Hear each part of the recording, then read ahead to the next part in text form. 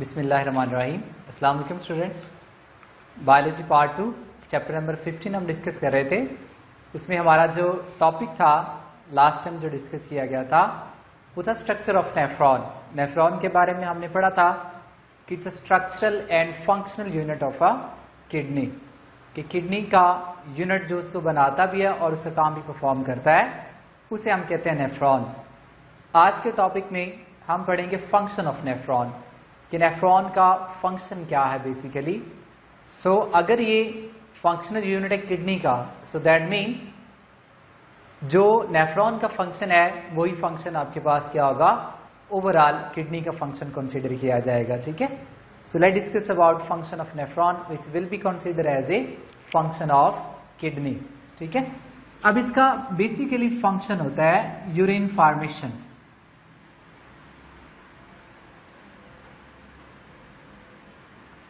Urine formation, अब urine formation कैसे होती है, तो बाय फिल्ट्रेशन ऑफ ब्लड, या आप कह लें bye filtering the blood. Blood को फिल्टर करने से यूरिन फॉर्मेशन होती है। ठीक है, मेटाबॉलिकली हमारी बॉडी के अंदर बहुत से नाइट्रोजनस वेस्ट प्रोड्यूस होते हैं, उसको पूरी बॉडी में सर्कुलेट करने के लिए जो फ्लूइड होता है हमारे पास वो होता है ब्लड। सो दैट मीन जितने भी नाइट्रोजनस वेस्ट होंगे वो सारे के सारे कहाँ आ रहे होंगे, ब्लड के थ्रू ही बॉडी के अंदर या किसी टिश्यू पे आ रहे होते हैं। So that is why blood carry all nitrogenous waste. तो उसको अगर आपने बॉडी से रिमूव करवाना है तो आपको ब्लड को फिल्टर करना पड़ेगा, और ब्लड को फिल्टर करने का काम नेफ्रॉन का होता है, यानी कि किडनी का बेसिकली ये फंक्शन होगा। ठीक है, और उसके रिजल्ट में क्या होता है, यूरिन फॉर्मेशन। अब इस यूरिन फॉर्मेशन के 3 मेजर आपके पास स्टेप हैं। नंबर 1 फिल्ट्रेशन, ठीक है। नंबर 2 री एब्जॉर्प्शन। नंबर 3 अगर आप देखें तो वो है सेक्रीशन।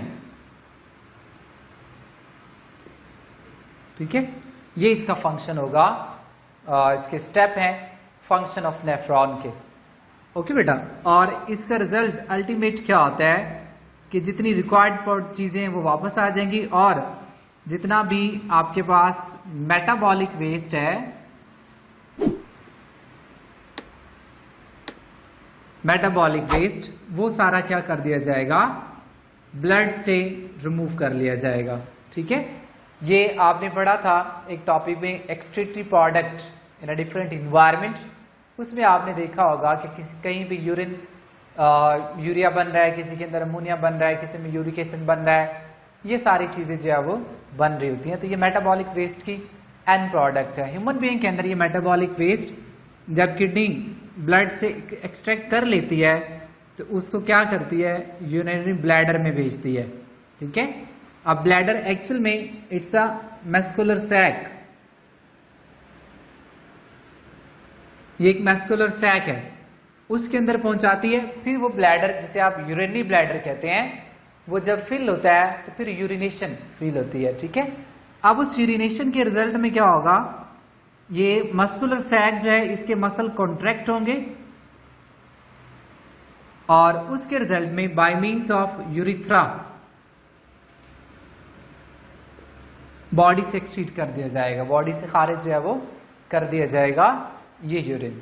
ठीक है बेटा, सो ये सारा क्या होगा, फंक्शन ऑफ किडनी और उसके साथ removal of metabolic waste. Now we will discuss about detail about the function of nephron. उसके लिए हमें इसकी डायग्राम जो है वो समझने की जरूरत है, फिर हम देखेंगे कहाँ पे क्या फंक्शन परफॉर्म किया जा रहा है। लेट्स सी बेटा, वी हैव अ नेफ्रॉन।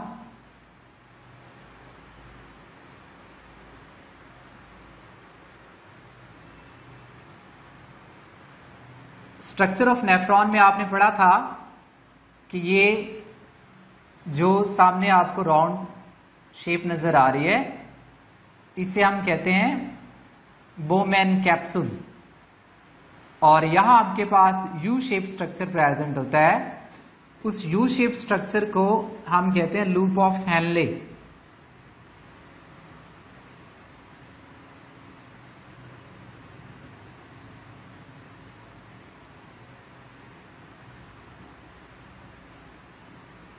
ये सारी इसकी जो है वो रेनल ट्यूब है जो इस तरह से जिग जैग फॉर्म में प्रेजेंट होती है, और एट द एंड क्या होता है, कलेक्टिंग डक्ट।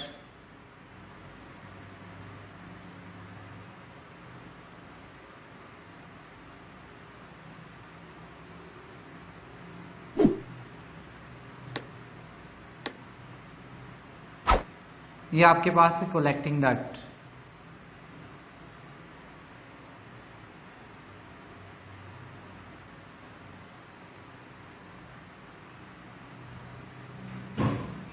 ठीक है, नाउ लेट्स लेबल इट। ये क्या है, बोमैन कैप्सूल।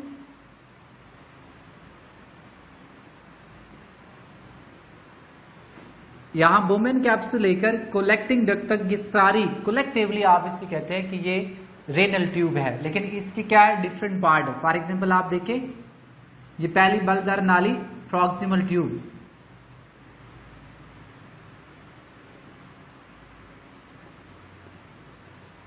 ठीक है। ये आपके पास क्या है, लूप ऑफ हेनले।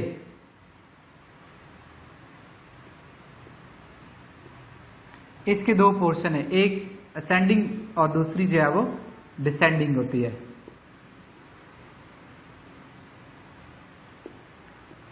ओके, ये वाली आपके पास क्या है, असेंडिंग लूप ऑफ हेनले, ठीक है। दोनों ही इसके पोर्शन है, और ये डिस्टल ट्यूब है, डिस्टल ट्यूब। ओके, और ये वाली आपके पास क्या है, कलेक्टिंग डक्ट।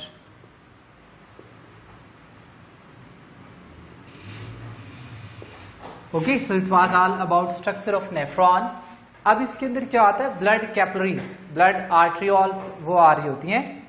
लेट्स सी कि ये बोमैन कैप्सूल के अंदर क्या हो रहा है। यहां पे ये आर्टरी है, रेनल आर्टरी, ये आकर डिवाइड होती है आर्ट्रियोल्स में। ये आर्ट्रियोल्स इसमें जाती है और यहां आकर क्या करती है, it will convert into capillaries. ये सारे कैपिलरीज में कन्वर्ट हो जाते। अब जो आर्ट्रियोल्स आ रही है उसे हम कहते हैं अफेरेंट आर्ट्रियोल्स, ए से अफेरेंट आर्ट्रियोल्स। ओके, उसके बाद यहां से ये कैपिलरीज आपस में कनेक्ट होती हैं वापस से, और एक आर्ट्रियोल्स वहां से निकलती भी है, उसे हम कहते हैं इफेरेंट आर्ट्रियोल। ये जो आर्ट्रियोल्स हैं ये कैपिलरीज की फॉर्म में क्या होता है, सारे के सारे नेफ्रॉन को सर्कुलेट कर लेती है।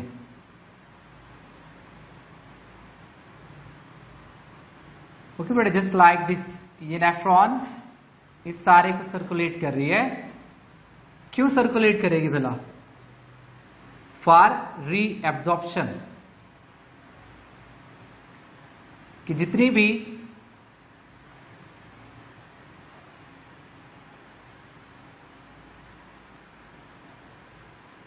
ये सारी ब्लड कैपिलरीज है, ठीक है।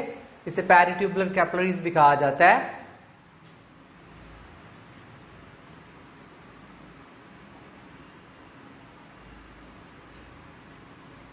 ओके, यहां से ये आप इसको कनेक्ट करवा सकते हैं।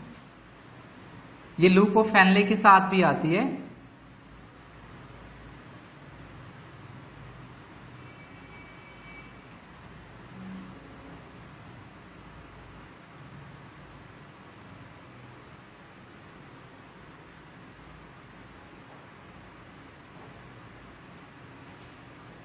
ओके बेटा, ये सारी क्या है, ब्लड कैपिलरीज जो इसको सर्कुलेट कर रही है, and it's also connected with each other. और यूं होते हुए ये किडनी को लीफ भी करती है, ठीक है। It was all about structure of nephron. ये पेरिट्यूबुलर कैपिलरीज है।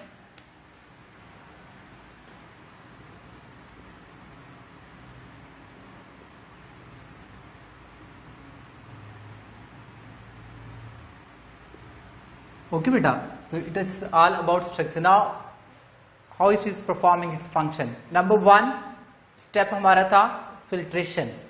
फिल्ट्रेशन कहाँ पे होगी? At the point of Bowman capsule.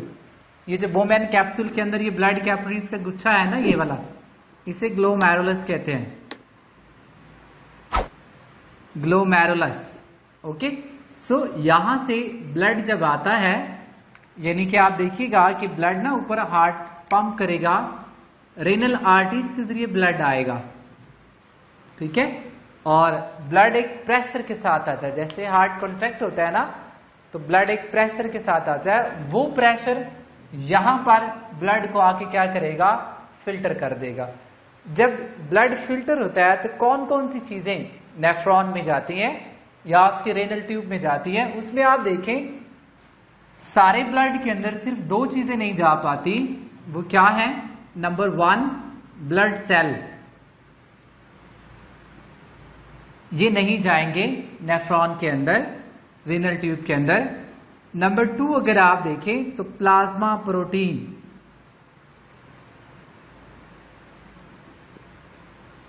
ये दो चीजें ब्लड से फिल्टर नहीं होती, बाकी सारा कुछ मूव कर जाता है, ठीक है।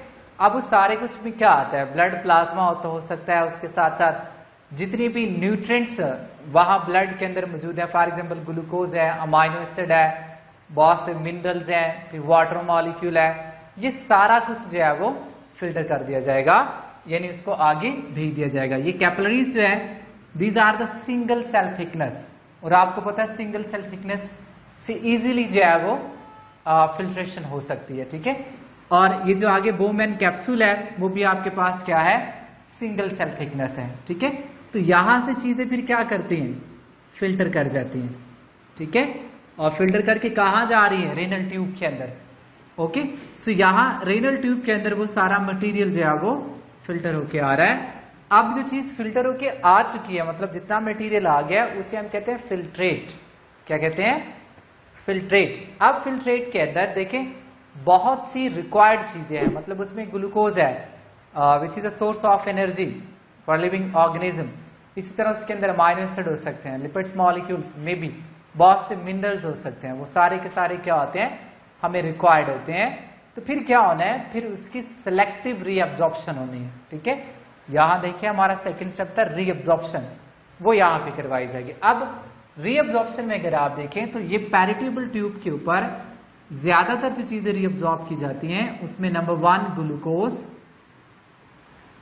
उसके बाद वाटर, ठीक है, ये चीजें यहां पे अब्जॉर्ब की जा सकती हैं। वो भी बाकी कुछ न्यूट्रिएंट्स जो हैं वो भी अब्जॉर्ब किए जा सकते हैं अगर अमाइनो एसिड की फॉर्म में कुछ चीजें उसमें आ रही हैं तो, या स्मॉल पॉलीपेप्टाइड चेन, उसको रीअब्जॉर्ब कर लिया जाएगा, ठीक है।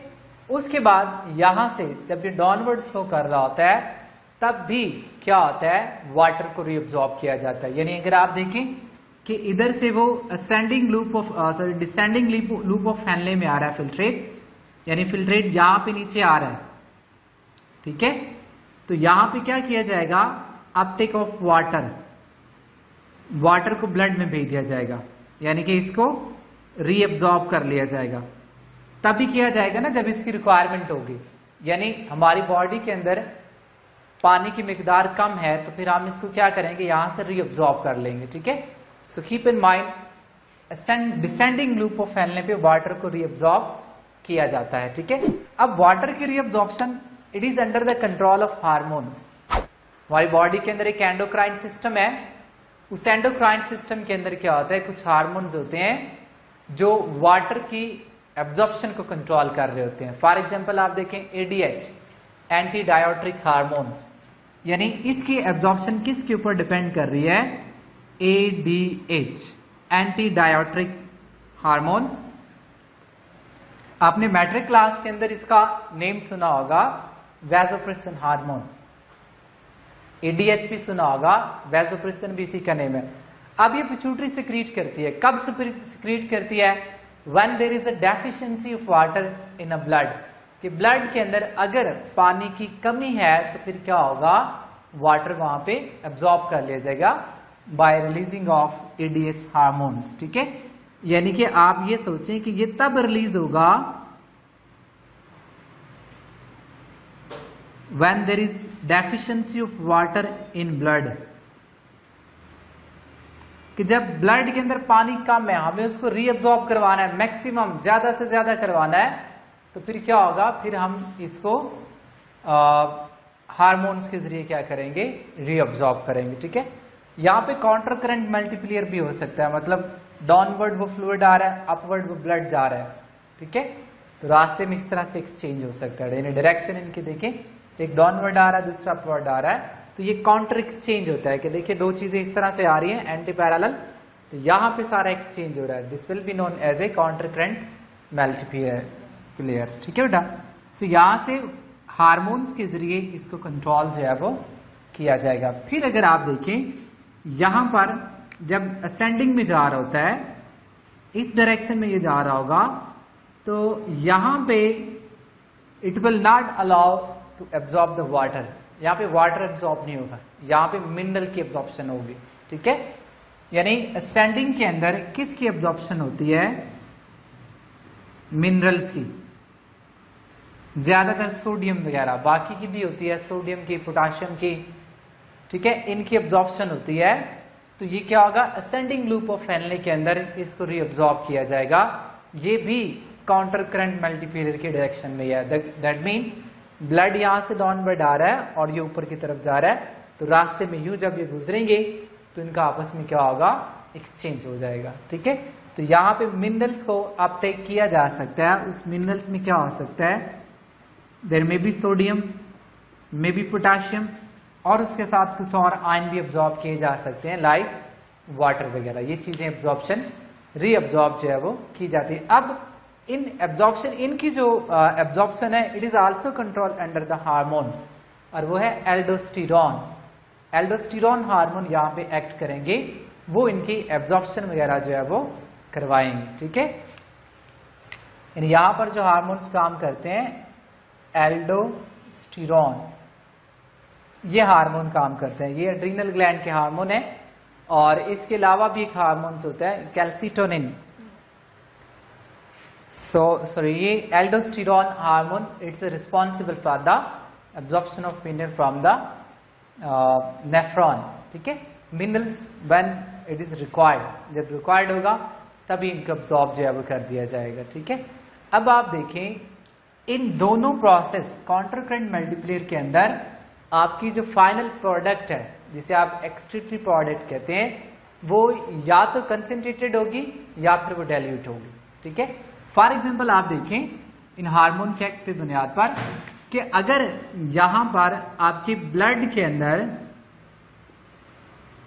H2O की डेफिशिएंसी है, अगर पानी की कमी आ रही है, तो फिर क्या होगा, there is more production of ADH hormone.